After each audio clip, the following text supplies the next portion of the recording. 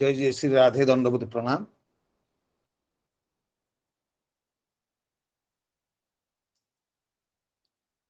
हे देव हे दैत हे भुवनैक बंधु, हे कृष्ण हे चपल हे करुणैक सिंधु, हे नाथ हे रमण हे नयनाभिराम, आहा कदानुभवितासि पदं दृशोर्मे। वाञ्छाकल्पतरुभ्यश्च कृपा सिन्धुभ्य एव च पतितानां पावनेभ्यो वैष्णवेभ्यो नमो नमः। जय जय श्री राधे। इस सायंकालीन भागवत कथा की रसमयी संगोष्ठी में मैं सभी आचार्यों का चरण वंदन करता हूँ। सभी रसिक श्रोतृगणों को हार्दिक स्वागताभिवंदन करता हूँ। हमारा परम सौभाग्य है कि हमारे इस सायंकालीन सत्र में आज के कथाव्यास के रूप में परम वंदनीय हरिप्रिय प्रभु जी विद्यमान है, विराजमान है। उनका कथा रस को हम सभी लोग आनंद पूर्वक आस्वादन कर रहे हैं। कल आपकी चर्चा बहुत सुंदर और आनंदप्रद था। विभिन्न शास्त्र सिद्धांतों को आश्रय करके गौड़ीय वैष्णव दर्शन का क्या सभी वैष्णव संप्रदाय का सिद्धांत आपने उपस्थापित किया। आपने प्रतिपादन किया सुखदेव जी आत्माराम शब्द के प्रकृत उदाहरण है। उनकी जो दृष्टि है वह निर्विकल्पक दृष्टि है, अर्थात ब्रह्म का अतिरिक्त किसका दर्शन नहीं होना, इसको निर्विकल्पक दृष्टि कहते हैं। और आपने यह भी बताया व्यास जी का जो दृष्टि है, व्यास जी का जो दर्शन है वो सविकल्पक है। इसीलिए व्यासदेव सुखदेव जी से निकृष्ट है, ऐसी भावना को आपने अनुचित दर्शाते हुए शास्त्र प्रमाण के आधार पर सजुक्तिक व्यासदेव जी का उत्कर्ष प्रतिपादन किया। केवल ब्रह्मदृष्टि जैसे कैवल्य कहा जाता है, वह उत्तम दृष्टि नहीं, अर्थात पूर्ण सम्यक दृष्टि नहीं है, ऐसा आपने प्रतिपादित किया है। जो व्यास जी की दृष्टि को ये पूर्ण सुखदेव जी दृष्टि को आपने पूर्ण सम्यक दृष्टि बताया है, व्यासदेव जी के दृष्टि को भी आपने जो निर्विकल्प को दृष्टि सविकल्प को दृष्टि बताए हैं। यहाँ व्यासदेव जी की दृष्टि पूर्ण सम्यक दृष्टि और सुखदेव जी की दृष्टि ब्रह्मनिष्ठ होने पर भी अर्ध सम्यक है, ये जो प्रतिपादन किया है, इस तथ्य को आप कृपया आज इस सत्र में और परिष्कार करेंगे, ये हमारा निवेदन है। क्योंकि कभी कभी ये भी होता है, कभी सुखदेव जी एक कथा को भी सुनने के लिए व्यासदेव जी सुखदेव जी की कथा सुनने के लिए भी गंगा तट पर भी उपस्थित हुए थे। इसीलिए सुखदेव जी का ज्ञान तो ब्रह्मनिष्ठ है, आत्मनिष्ठ है, निर्गुण, ऐसे ही सब जानते हैं। इसलिए इस कथा को व्यासदेव जी की दृष्टि सुखदेव जी की दृष्टि से बेहतर है, ये जो आपने कल प्रतिपादन किया, तो इसको अभी आप इसी सत्र में और परिष्कार करेंगे, ऐसे निवेदन करके, ऐसी प्रार्थना करके आपको इस सत्र में, इस कथा सत्र में मैं स्वागताभिवंदन करके, आपका चरण वंदन करके इस कथा रस को पान कराने के लिए मैं आपको निवेदन करता हूं। जय जय श्री राधे।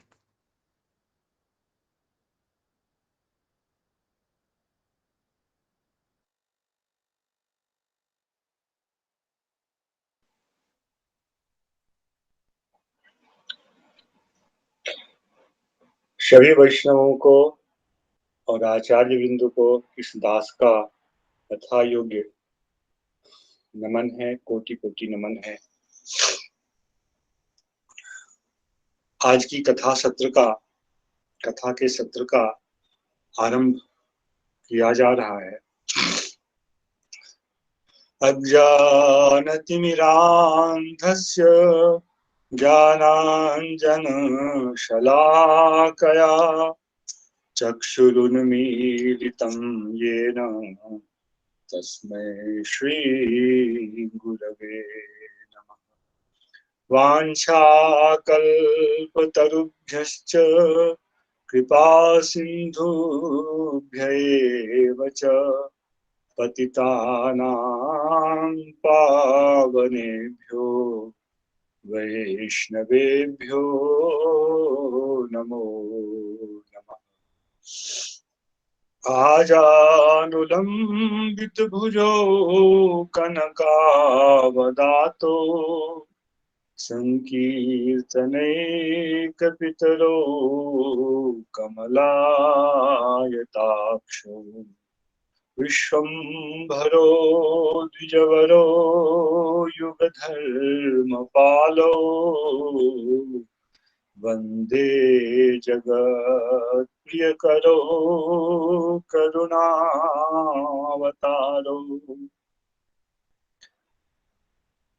अंगश्यामलिमच्छटाभिरभितो मन्दीकृतेन्दीवरम् जाजञ्जागुणरोचिषां विदधतम् पट्टाम्बरस्य श्रिया वृन्दारण्यनिवासिनं हृदि लसत् दामाभिरामोदरम् राधा स्कन्धनिवेशितो जलभुजम् ध्यायेमदामोदरम्। हरे कृष्ण कृष्ण कृष्ण हरे हरे, हरे राम राम राम हरे हरे। नारायणं नमस्कृत्य नरं चैव नरोत्तमं देवीं सरस्वतीं व्यासं ततो जयमुदीरये। यं प्रव्रजन्तमनुपेतमपेतकृत्यम् द्वैपायनो विरह कातर आजुहाव पुत्रेति तन्मयतया तरवोऽभिनेदु स्तं सर्वभूतहृदयं मुनिमानतोऽस्मि।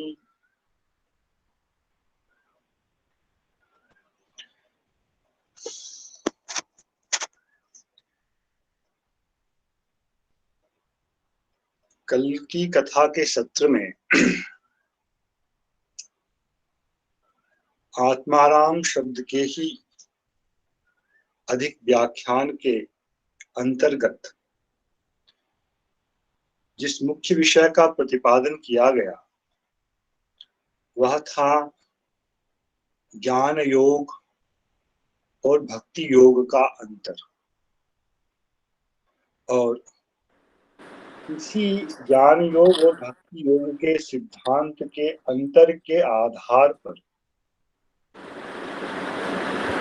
व्यासदेव जी की दृष्टि का पूर्ण सम्यक होना और श्री सुखदेव गोस्वामी की दृष्टि का अर्ध सम्यक होना, इस सिद्धांत को भी व्यवस्थित किया गया था।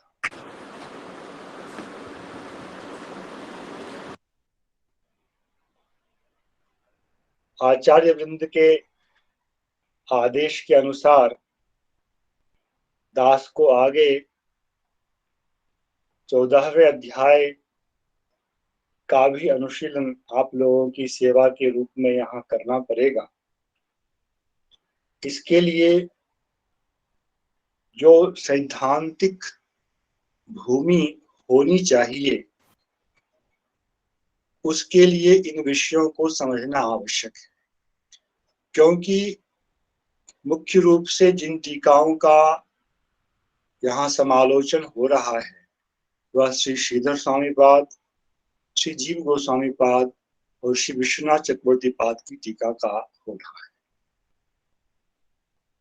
अगला अध्याय परम सैद्धांतिक वेदांतिक अध्याय है, इसलिए यदि इन गौड़ी आचार्यों के साध्य साधन का वेदांतिक स्वरूप स्पष्ट नहीं होगा तो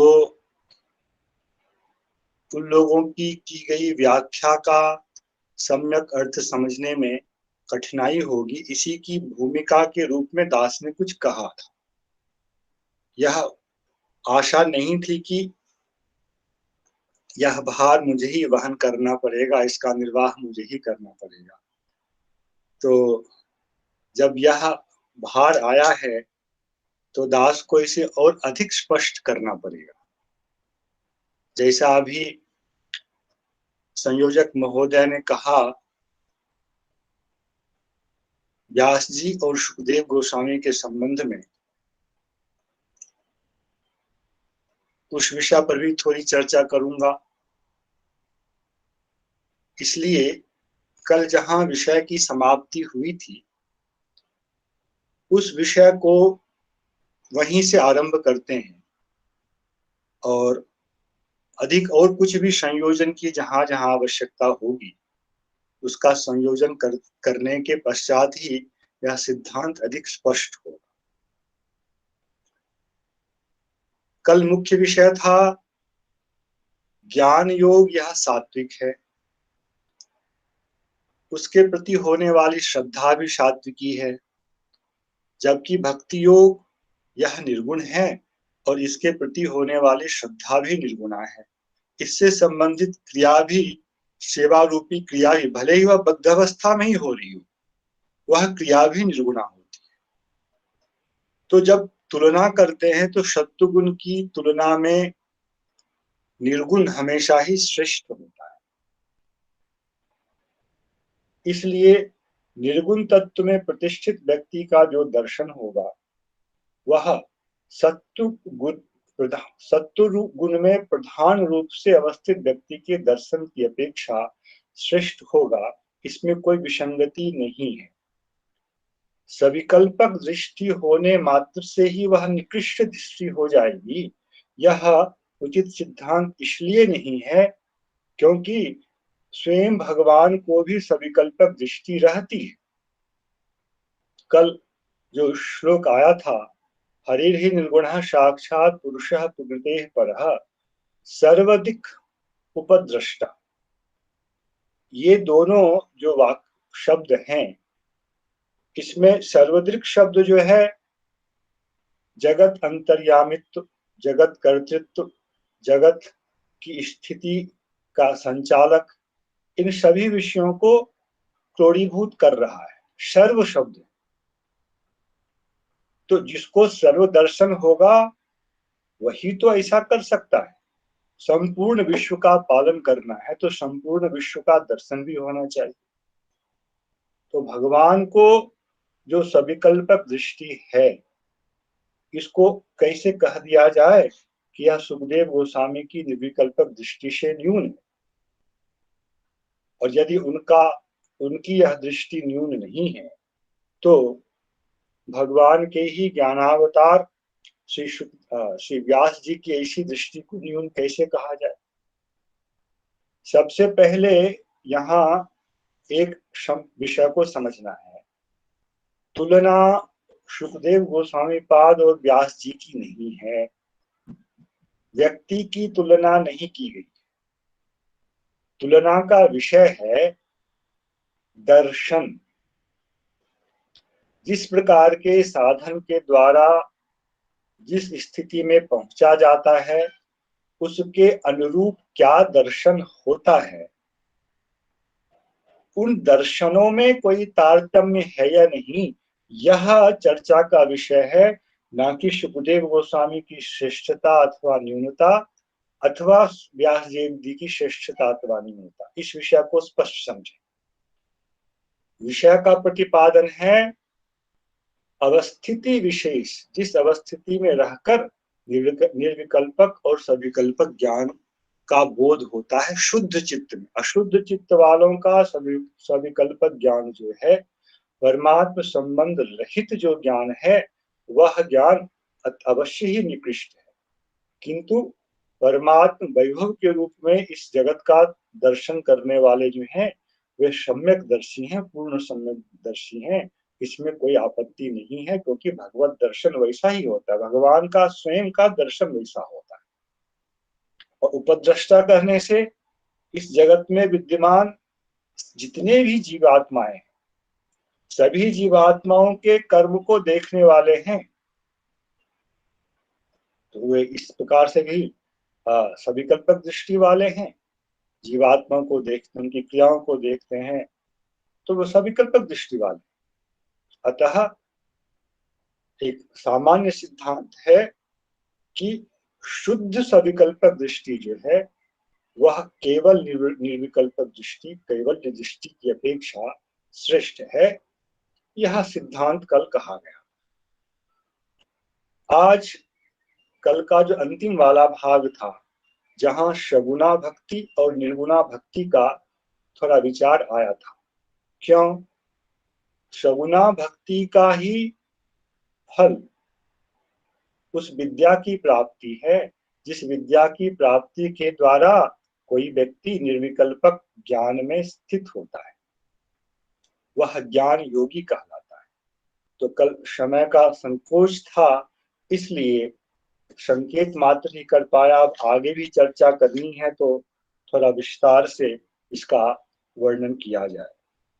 दास को अभ्यास नहीं है, मंगलाचरण के रूप में जिस श्लोक का पाठ होना चाहिए, कल भी भूल गया था, आज भी नहीं किया, अतः उसका पहले पाठ कर देता।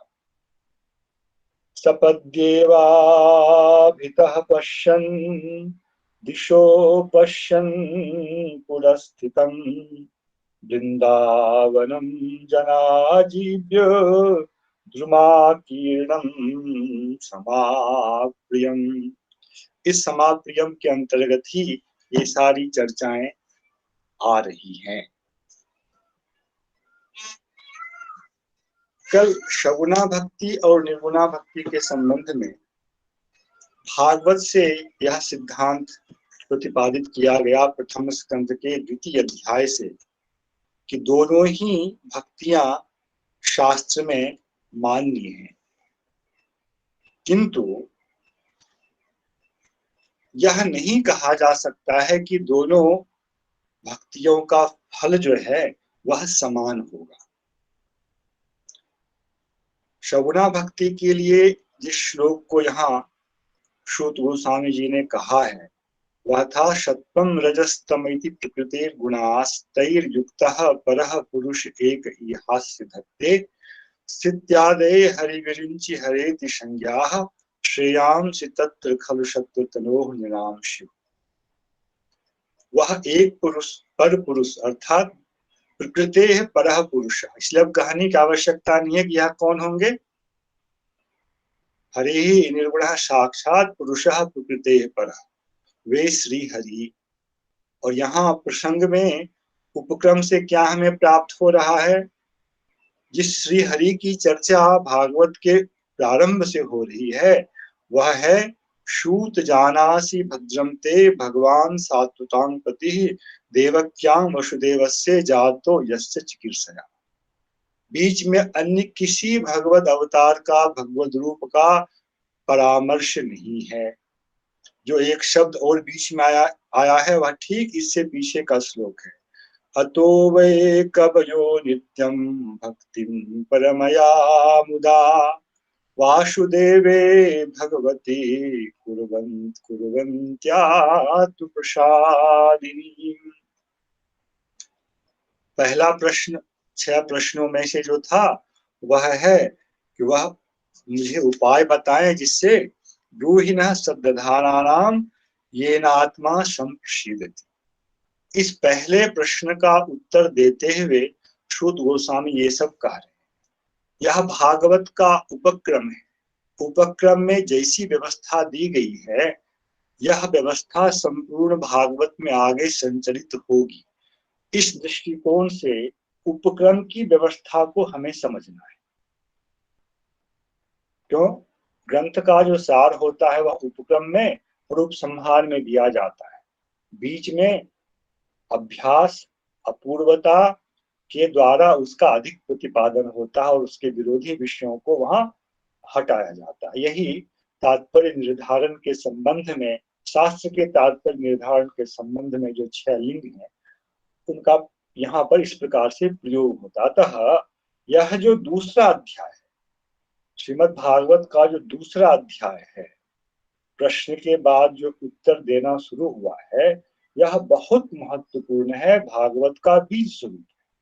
इसको यदि हम ठीक से समझते हैं तो हमें दशम स्कंद के 14वें अध्याय को समझने में समस्या नहीं होगी। इसलिए दास का प्रयास होगा कि यहाँ की जो सूक्ष्मता है, आप लोगों ने अभी पढ़ा है और क्रम से टीकाओं को पढ़ा है, परंतु दास उन कक्षाओं में नहीं था, इसलिए मैं नहीं कह सकता हूँ कि जिस विषय को मैं उभारना चाह रहा हूँ उस रूप में ही कक्षा में उभारा गया होगा, इसलिए कहीं पुनरावृत्ति हो तो आप लोग क्षमा करेंगे। अतो वै कवयम नित्यम, इस कवयो नित्यम श्लोक में वासुदेवे भगवती कुर्वन्त्यात्म प्रसादिनी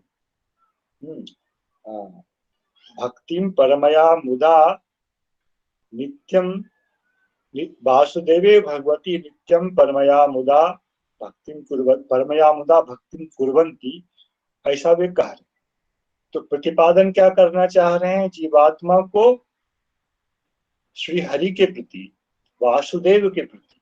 यहाँ का जो वासुदेव शब्द है वह उपक्रम में उपस्थित देवक्याम वसुदेवस्य जातो यस्य चिकीर्षया, उसी वसुदेव पुत्र को वासुदेव ग्रहण करना पड़ेगा, न कि अन्य प्रकार से वसति वासु, इस तरह से जो निरुक्ति पूर्वक अर्थ किया जाता है वह प्रकरण से संगत को नहीं करने वाला हो।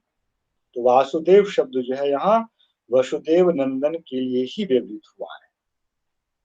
यह जो भक्ति है, परमया मुदा वासुदेवे भगवती भक्तिं कुर्वन्ति, सा भक्ति भक्ति आत्म प्रसादिनी भवति। इसका ही सबसे पहले मंगलाचरण के बाद जो पहला श्लोक है उसमें इसी साधन का प्रतिपादन हुआ है। साध्य क्या है? आत्म प्रसादन। और उसका साधन क्या है?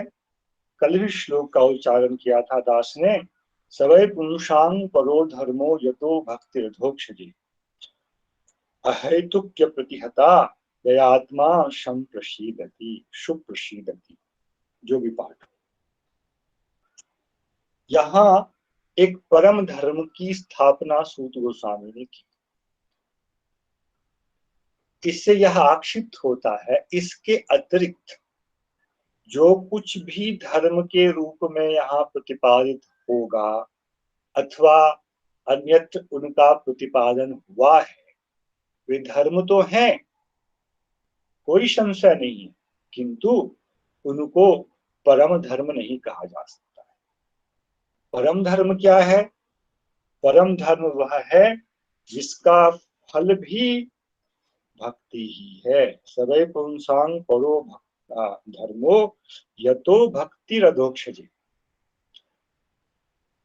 भक्ति शब्द यहाँ साध्य के रूप में है, साधन के रूप में नहीं है। परो धर्मो यतः, यहाँ परो धर्म जो शब्द है यही साधन है, उसका साध्य है भक्ति। और वह भक्ति कैसी है? तो उसके लिए जो दो विशेषण है, अहेतुकी अप्रतिहता। ऐसी भक्ति जिसको उदित हो जाएगी उसके लिए वह भक्ति जो है आत्म प्रसादिनी होगी। और केवल आत्म प्रसादिनी नहीं, शब्द जो यहाँ पर है सुप्रसीदति। आत्म प्रसाद के जितने भी उपाय हैं मोक्ष तक को संग्रहित करते, उस सब की तुलना में जो प्रसादन है यहाँ पर उसमें अधिक सुंदरता है, इसलिए शब्द लगाया सुप्रसीदति। सु उपसर्ग का यहाँ विशेष प्रयोजन है।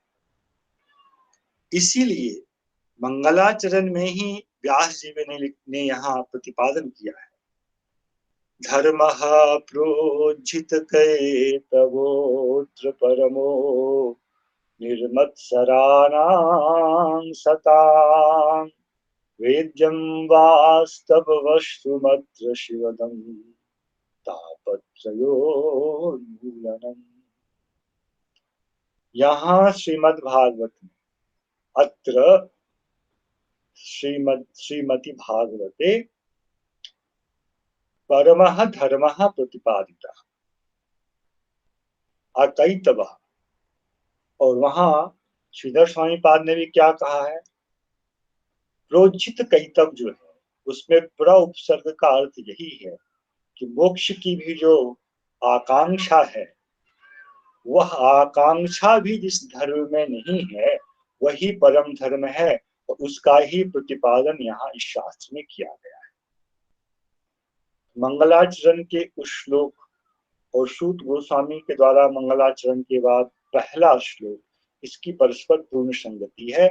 दूसरा कोई इस भक्ति योग का जो प्रतियोगी धर्म है, ज्ञान योग, अष्टांग योग, कर्म योग, वह सब धर्म तो है किंतु परम धर्म नहीं है। और इसी के लिए आगे अगले श्लोक में उन्होंने कहा, वासुदेवे भगवती भक्ति योगः प्रयोजितः जनयत्याशु वैराग्यं ज्ञानं च यदहेतुकम्। इस श्लोक की ध्वनि क्या है? श्लोक की ध्वनि, यहाँ वासुदेव शब्द वही है जो वसुदेव नंदन उपक्रम में आया हुआ है। वासुदेवे भगवती भक्ति योग प्रयोजित। स्पष्ट किसी को कोई संशय हो कि नहीं ज्ञान योग को ही मुझे यहाँ लाना है, तो सुखदेव गोस्वामी ने सूत गोस्वामी ने झाड़ू लगा करके ज्ञान योग को इस आंगन से ही बाहर कर दिया। भाई ज्ञान योग इस कोर्ट में आने के योग्य नहीं है। इसके लिए परम धर्म को लेकर यदि कोई उपद्रव करना चाहे तो सूत गोस्वामी ने उसका समाधान कर दिया, आप यहाँ इस प्रकोष्ठ से बाहर जाएं। यह केवल किसका प्रकोष्ठ है? भक्ति योग का प्रयोग प्रकोष्ठ है। वासुदेवे भगवती भक्ति योग प्रयोजित। यह ब्रह्म जो विशेष ब्रह्म है उसके प्रति प्रतिपादित होने वाला कोई साधन नहीं है। क्यों? यह भगवान के लिए प्रतिपादित है। यह साधन परतत्व का जो भगवत आविर्भाव है उससे ही संबंधित है और किसी स्वरूप रूप से संबंधित नहीं है, उनके किसी वैभव अन्य वैभव से संबंधित नहीं है। तो फिर क्या ज्ञान और वैराग्य का अभ्यास हमें नहीं करना चाहिए? यह प्रश्न आएगा। क्यों? जो ज्ञान योग है ज्ञान योग का प्रमुख साधन क्या है? ज्ञान वैराग्य में अवस्थित रहना। जिसको संसार से वैराग्य नहीं हुआ है, निर्वेद नहीं हुआ है, उसको ज्ञान योग का अधिकारी शास्त्र नहीं माना है। तो सुखदेव सूत गोस्वामी जी कह रहे हैं, हाँ आपका यह प्रश्न उत्तम है। यहाँ ज्ञान वैराग्य को अलग से करने की कोई आवश्यकता नहीं है। क्यों? यह जो भक्ति योग है यह स्वतः ही ज्ञान और वैराग्य को जन्म देता है, जनयति। ज्ञान और वैराग्य के अभ्यास की आवश्यकता नहीं है पृथक रूप में। भक्ति योग का प्रारंभ होते ही स्वतः ज्ञान और वैराग्य उसके पुत्र के रूप में उत्पन्न हो जाता है। कितना समय लगता है? कहते हैं कोई समय नहीं लगता है, आशु तुरंत जनयति ज्ञान आशु ज्ञान वैराग्यम जनयति। कैसा? यद अहेतुकम। और यह ज्ञान वैराग्य जो है यह अहेतुक है। यहाँ अहेतुक का अर्थ यदि यह किया जाए किसी सांसारिक कामना से रहित तो वह बहुत निकृष्ट स्तर का अर्थ होगा। जब मंगलाचरण के प्रारंभ में ही परम धर्म के साध्य के रूप में प्रतियोगी किसे बनाया? मोक्ष को। रोजित कैतव के उपसर्ग के द्वारा मोक्ष कामना की भी जहां निवृत्ति कर दी गई, वहां अहेतुकम ज्ञानम वैराग्यम जो है वहां अहेतुक अर्थ शब्द का अर्थ यही होगा जहां से कि मोक्ष की कामना भी निवृत्त हो गई। ऐसा ज्ञान और वैराग्य जो है भक्ति योग उत्पन्न करता है। इससे अतिरिक्त जो ज्ञान और वैराग्य है उसमें मोक्ष की कामना रहती है। अब इसके प्रतिद्वंदी भक्ति दो श्लोक में ही भक्ति योग का सब कुछ उन्होंने प्रतिपादन कर दिया कि कोई इसका प्रतिद्वंदी नहीं है। तब धर्म के विषय में जो और बातें होती हैं उसके विषय में सूत गोस्वामी ने कहना शुरू किया। प्रश्न करेंगे लोग, तो फिर जो कर्म के विषय में कहा गया है, धर्म के विषय में कहा गया है, सूत गोस्वामी कहते हैं हाँ मान्यता है, मैं उसका निरादर नहीं कर रहा। आदरणीय है, धर्म है, पर वे परम आदरणीय नहीं है क्योंकि वे परम धर्म है। इसलिए उन्होंने कर्म का प्रसंग उठाया। धर्म स्वनिष्ठित पुंसां विश्वक्सेन कथासु यः नोत्पादयेद् यदि रतिं श्रमयेव हि केवलम्। कहते हैं वह धर्म स्वधर्म का पालन। कैसा? स्वनिष्ठित सुअनुष्ठित, बहुत उत्तम प्रकार से अनुष्ठित स्वधर्म है तो उसका फल क्या होगा? सूत गोस्वामी कहते हैं आप जिस किसी भी फल की इच्छा करें उससे जो कुछ भी फल मिलने वाला हो मैं उसकी चर्चा नहीं कर रहा। किंतु उस स्वधर्म का उत्तम रीति से पालन करने पर भी जो भक्ति का साधन है अथवा साध्य भक्ति में भी जिसका अनुवर्तन होता है वह है भगवत कथा में रति। यदि उस स्वधर्म के उत्तम पालन से नहीं हुआ तो आप यही समझें कि उसने केवल श्रम किया है जीवन में, उसे फल कुछ भी प्राप्त नहीं हुआ। भगवत कथा में रति नहीं हुई और मोक्ष प्राप्त हो गया तो बोलते हैं उसका केवल परिश्रम है। वह इतने स्पष्ट हैं सूत गोस्वामी, किसी को कोई अवसर नहीं दे रहे। यह है भागवत में प्रक्रिया। अतः इस श्लोक के द्वारा भी क्या उन्होंने दिखाया, यदि स्वधर्म का भी पालन करते हैं, निष्काम होकर करते हैं, भगवत समर्पण करते हैं, तो भैया आप उसका लक्ष्य यह बनाओ कि भगवत कथा में आपकी रति हो।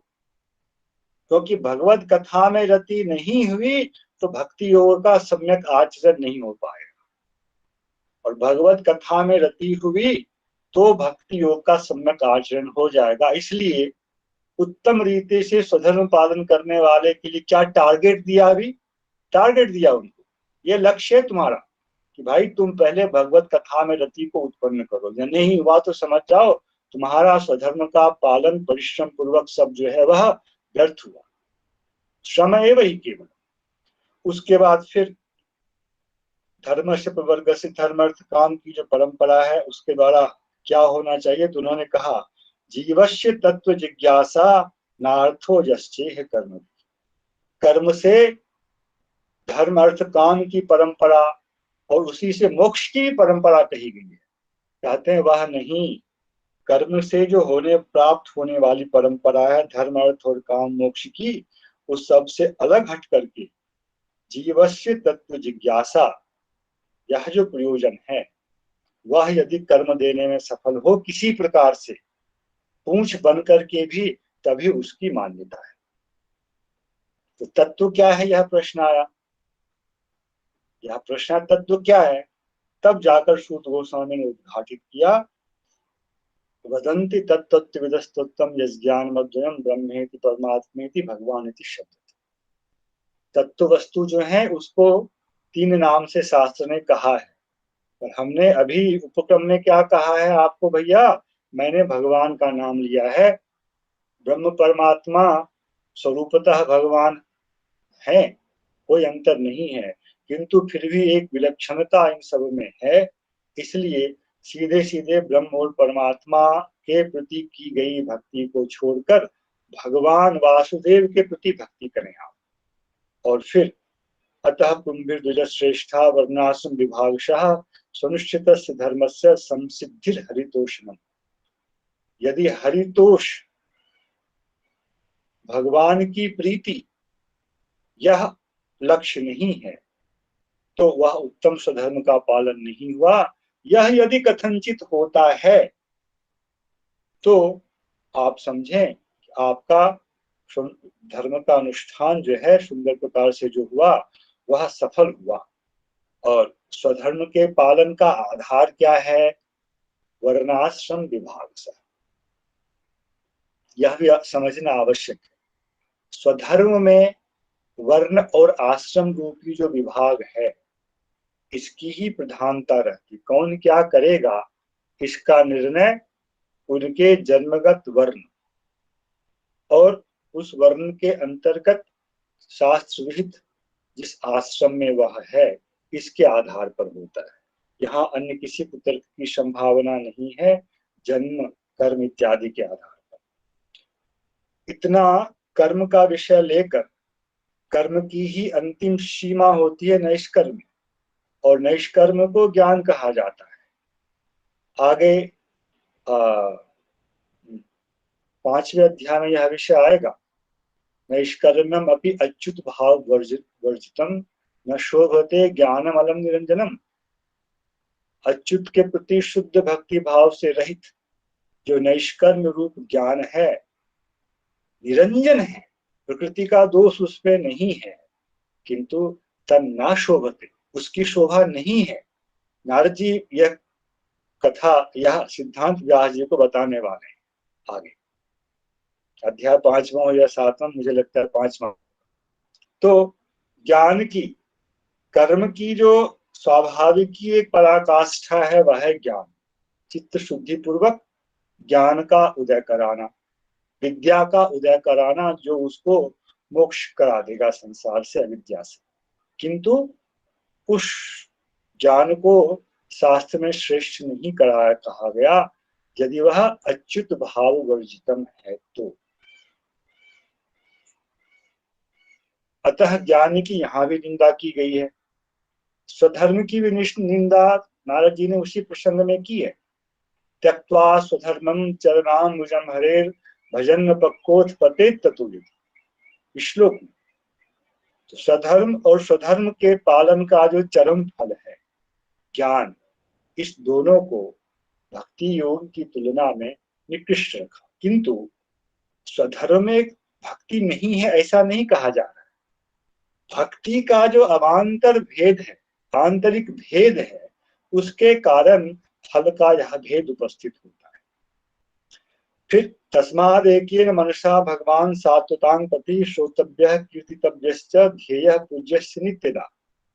इस श्लोक में सूत गोस्वामी ने न कर्म का नाम लिया न ज्ञान का नाम लिया, सीधा जो केवला भक्ति योग है उसके जो मुख्य अंग हैं उनका ही यहाँ पर नाम लिया। तस्मात् एकेन मनसा भगवान सात्वतां पति, ब्रह्म नहीं लिखा, परमात्मा नहीं लिखा।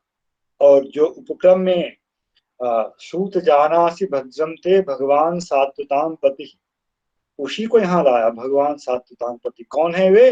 देवक्याम वसुदेवस्य जातो जातः। यहाँ कोई दूसरा अर्थ नहीं चल सकता है। ये ऐसे जो देवकी नंदन भगवान हैं, श्रोतव्यः कीर्तितव्यश्च ध्येयः पूज्यश्च नित्यदा। नित्यदा दैनिक के हैं या संरक्षण के हैं? यहाँ तो संरक्षण अर्थ ही प्रतीत होता है।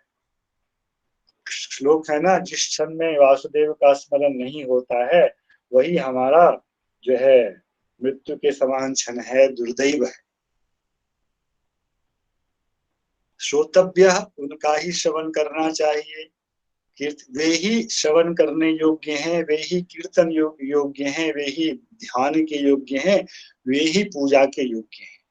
इसलिए उपक्रम से यदि मंगलाचरण को फिर जोड़ें तो सत्यम परम धीमहि का जो अर्थ है वह इस श्लोक के अतिरिक्त कुछ भी जो कोई भी आचार्य हो करते हैं, कितने भी बड़े पंडित हों, भागवत की दृष्टि से उसके अर्थ, उनके अर्थ को कदर्थ कहा जाए।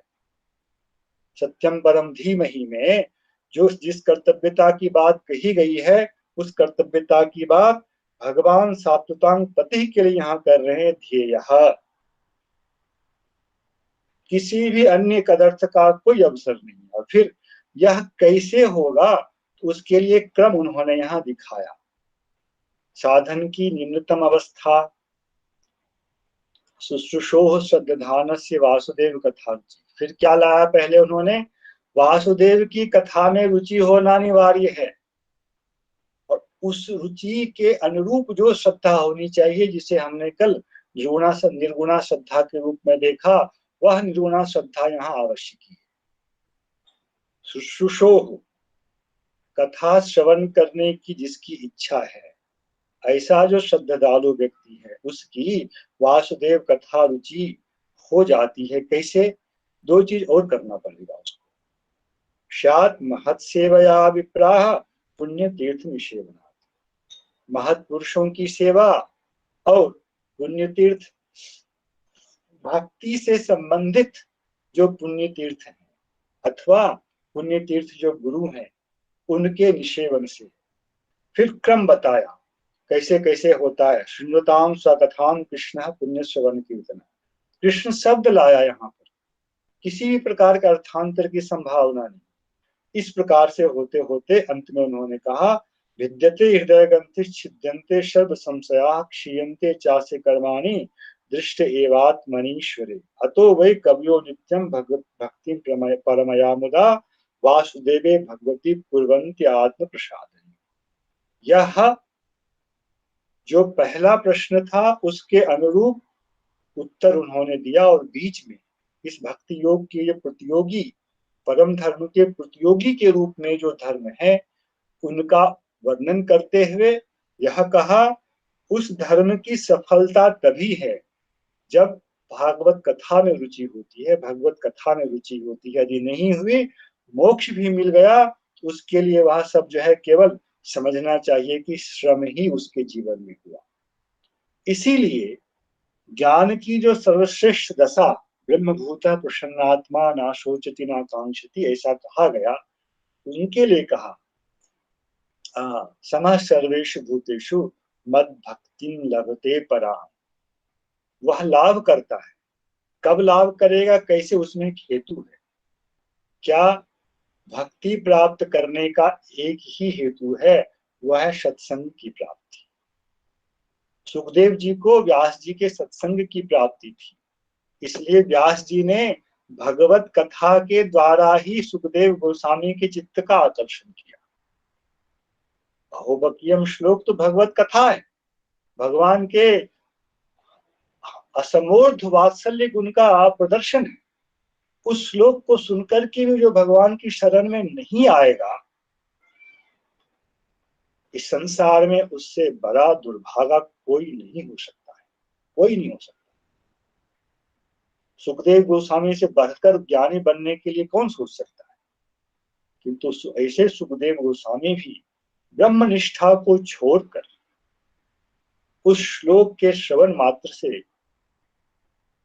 दास जी के पास आकर भगवान निष्ठ, यहाँ तक तो निर्गुणा भक्ति का प्रसंग आया।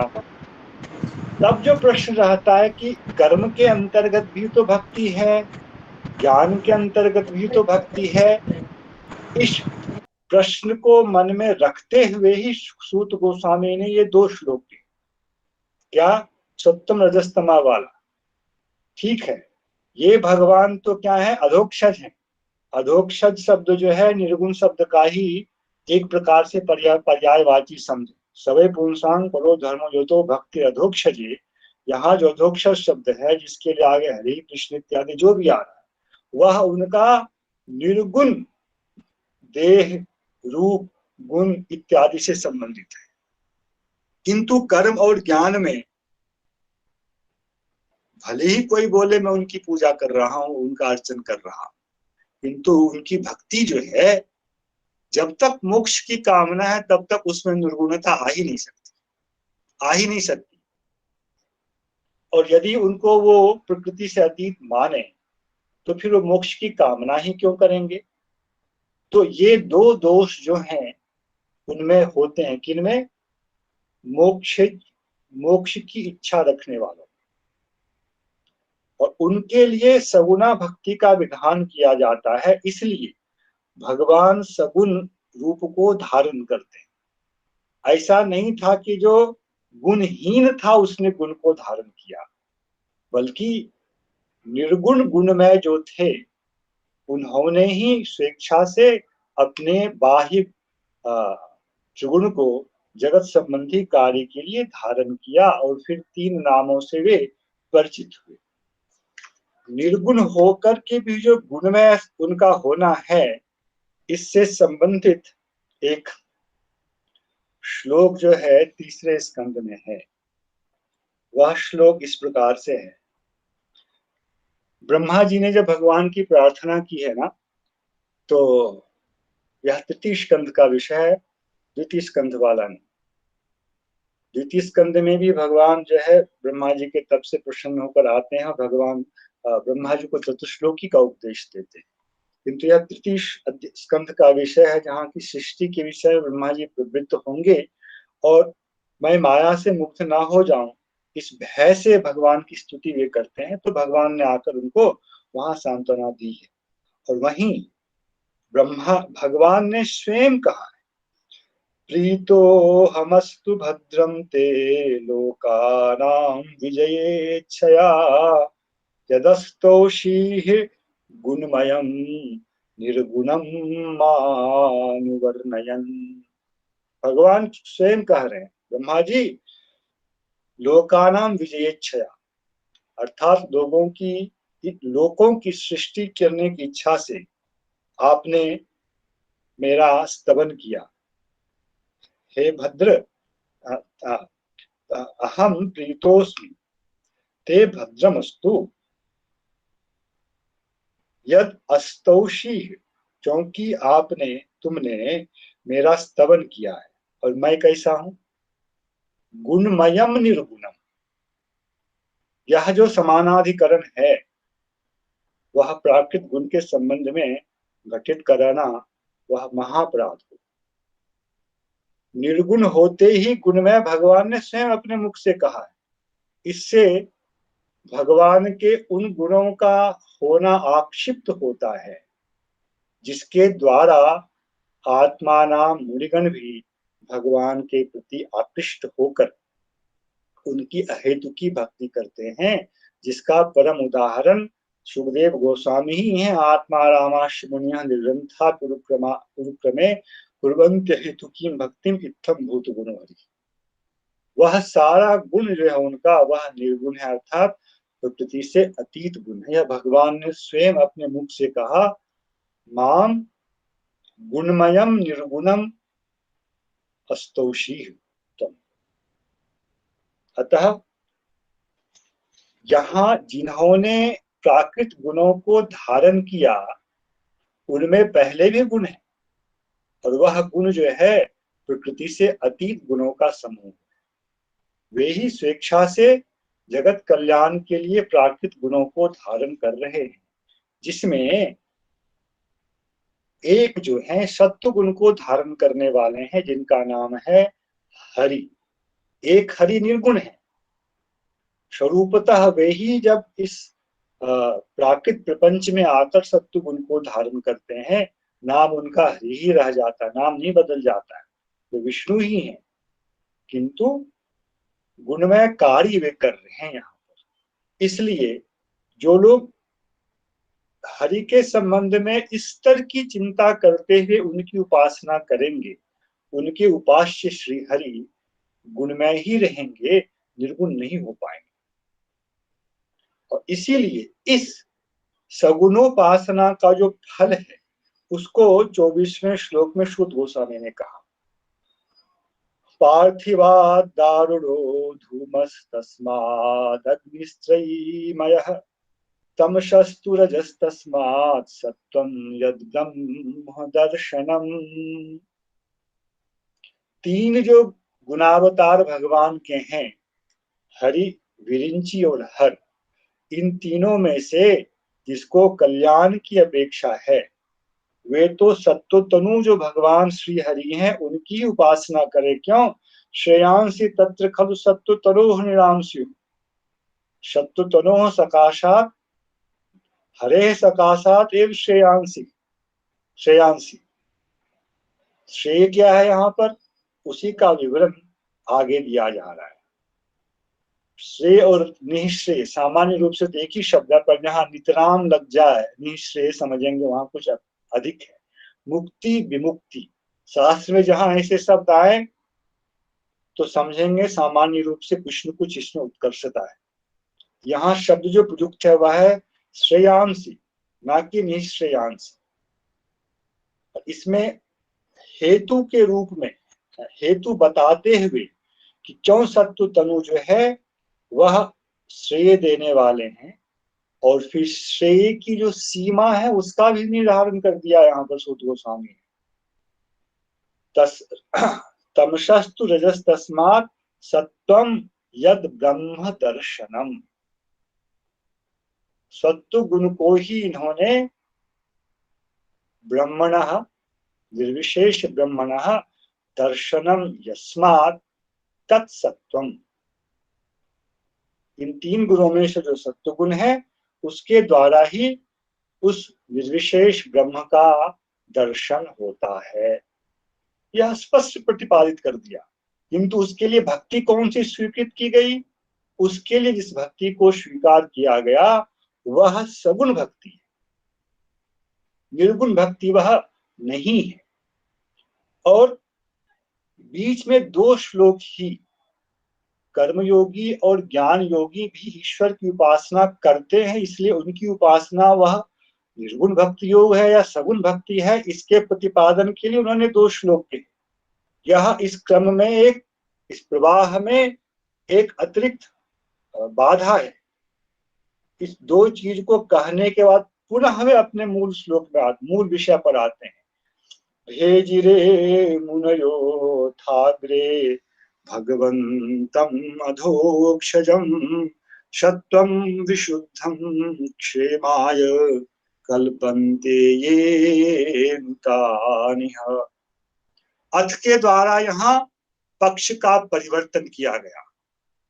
भेजिरे मुनियो अथ अग्रे, प्राचीन काल में अथ, मैंने जो 2 श्लोक यहाँ सगुण भक्ति वाले कहे वह मेरा उद्देश्य नहीं है, पक्ष परिवर्तन किया। जो पीछे से प्रवाह चला आ रहा है उसमें वे ले गए। अतो वै कवयो नित्यम भक्तिम परमया मुदा वासुदेव भगवती कुर्वन्ति, उस वहां फिर पहुंचे। अथ अग्रे मुनयः अधोक्षजम भगवंतम भेजिरे। अधोक्षजम कहा? वही जो पहला श्लोक है, सवै पुंसांग परो धर्म हेतु भक्तिर्धोक्षज। तो सूत गोस्वामी ने बहुत स्पष्टता से सगुणा भक्ति और निर्गुणा भक्ति योग इसका यहाँ पर प्रतिपादन किया है। जो ब्रह्म दर्शन है वह सत्व गुण का ही कार्य है।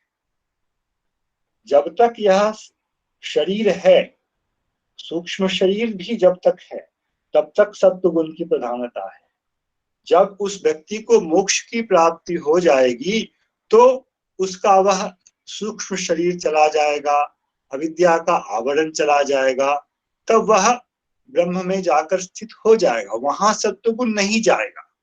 साध्य अवस्था में सत्वगुण तो नहीं जाएगा, किंतु साधन अवस्था में सत्वगुण की ही प्रचुरता है। और साध्य अवस्था में सत्वगुण तो नहीं है, स्वरूप शक्ति जो है उसकी अल्पता है।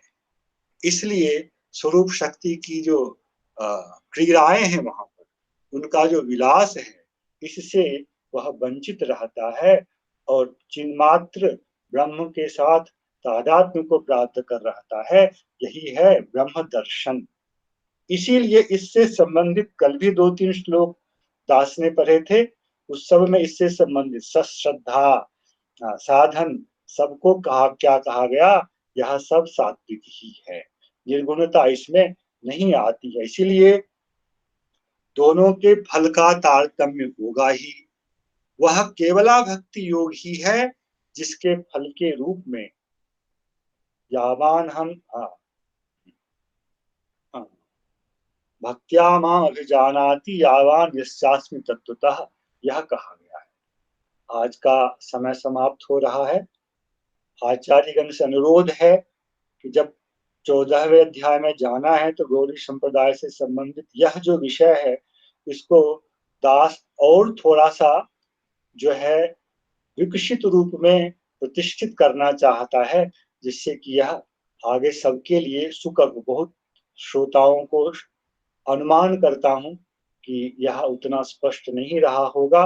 यदि है तो भी सुने, भगवत कथा है। जिनको नहीं है पूर्व धारणा, उनके लिए तो यह परम उपादेय होगा। इतना कहकर अपनी कथा को यहाँ विराम देता हूँ। जय श्री कृष्ण। श्री कृष्णार्पणमस्तु। हरे कृष्ण कृष्ण कृष्ण हरे हरे, हरे राम हरे राम राम राम। आचार्यगण कृपा